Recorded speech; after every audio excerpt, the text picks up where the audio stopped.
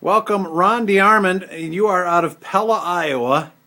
And this guy is who? This is Buddy, the North American Cougar. Ooh, a cougar in the studio. That's right. Well, we've had a few of those in the past, Mark. Don't, Yes, don't we get too have. excited. This particular cougar is how old? This is 14 weeks old, and he came to us from a breeder up in Minnesota. And he had two brothers in his litter, and we named them Cincy and Zoo because they went up to the Cincinnati Zoo to be part of their big cat program. And we kept Buddy back to be our wildlife ambassador here in the Midwest. So he's part of the Bald Eagle Days show, which is more obviously than Birds of Prey. It has branched out and become, wolves, and you'll see those as well as part of this weekend at the QCCA Expo Center. Well, again, it's turning into more of a wildlife conservation event, and that's what we are looking more towards, to get the general public involved and teach them the conservation issues that's definitely going to pertain to them. So how big is Buddy going to get? As an average for cougars, males can get to 140 to 160.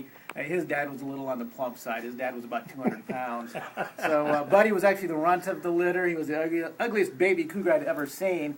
But when he's full grown, he's still going to be a cougar. Now, cougars, they like to hunt and then drag prey up into trees and stuff like that. Is that their MO? Not necessarily with cougars. That's more of a leopard type of a deal. But cougars, they will hunt white-tailed deer. That's the reason they're moving back into the Midwest. We've got plenty of prey species for them.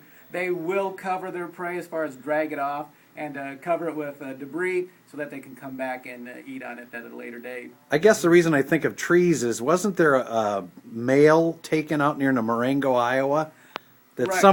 somebody was hunting, and I thought they spotted him through some field glasses up in a tree.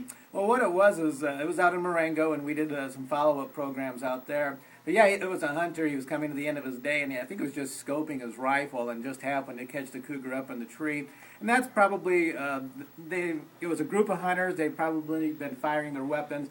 Cat was probably scared. That's why it went up into a tree.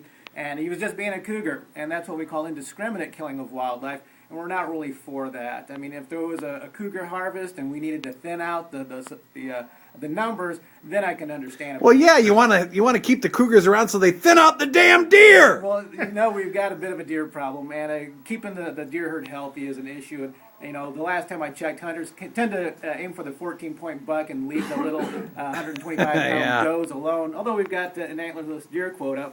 But again, with cougars, they're designed to take out the weak, the sick, the old. They help keep that prey species healthy. That's what predators do.